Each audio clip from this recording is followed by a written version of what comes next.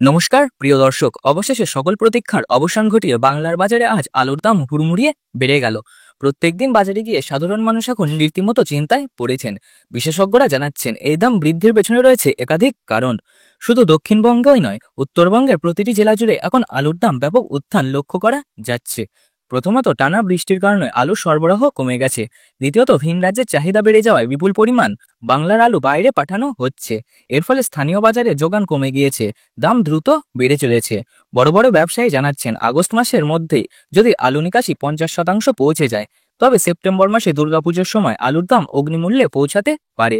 বিশেষজ্ঞদের মতে সেপ্টেম্বরে প্রতি বস্তা আলুর দাম আবারও 200 থেকে 250 টাকা পর্যন্ত বাড়তে পারে।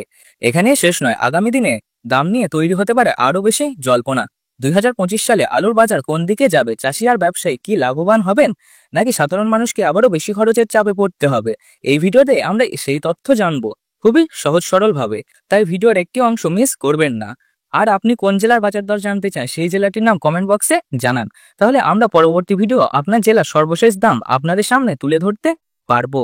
আমাদের চ্যানেলটি সাবস্ক্রাইব করে বেল আইকনটি অল করে রাখুন, যাতে ভবিষ্যতে আলুর বাজার, শাকসবজি, সোনার উপর আর আবহাওয়ার মতো গুরুত্বপূর্ণ আপডেট সবার আগে আপনার কাছে পৌঁছে যায়।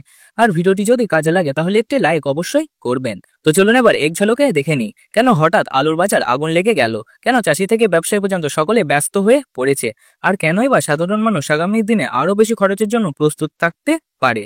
গত কয়েক মাস যখন আলুর দাম কম ছিল, তখন চাষি ও ব্যবসায়ী দুশ্চিন্তায় ছিলেন।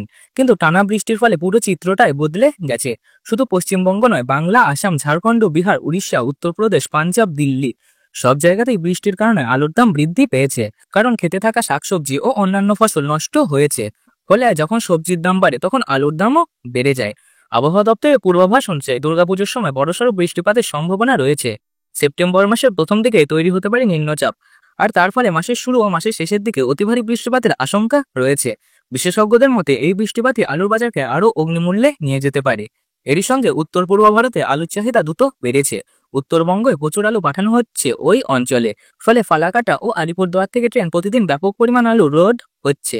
আগামী দিনে এই রপ্তানি আরও বাড়বে বলে মনে করা হচ্ছে।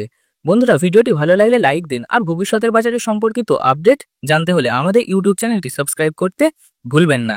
আবার দেখা হচ্ছে একটা নতুন দিনে একটা নতুন ভিডিও নিয়ে। সকলে সুস্থ থাকুন, নিরাপদে থাকুন।